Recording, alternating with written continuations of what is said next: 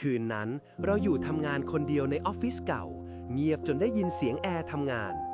จู่ๆก็ได้ยินเสียงแผ่วๆเหมือนมีใครปรบมือมาจากห้องประชุมใหญ่เราชะงักเพราะจำได้ว่าปิดล็อกห้องนั้นไปแล้วไม่มีใครอยู่ข้างในแน่ๆความสงสัยปนกลัวทำให้เราค่อยๆเดินไปใกล้ๆเสียงปรบมือดังขึ้นเรื่อยๆชัดเจนหน้าประตูที่แง้มอยู่เรามองเข้าไปในห้องโต๊ะเก้าอี้ว่างเปล่าไม่มีใครแม้แต่เงาแต่เสียงปรบมือยังคงดังต่อเนื่องเหมือนมาจากกลางห้องนั้นเองหัวใจเราเต้นระรัวรีบวิ่งลงมาจากตึกแทบไม่คิดชีวิตตั้งแต่วันนั้นก็ไม่กล้าอยู่ดึกอีกเลยผู้สนับสนุนเว็บเพิ่มยอดไลค์ยอดติดตาม24 ชั่วโมง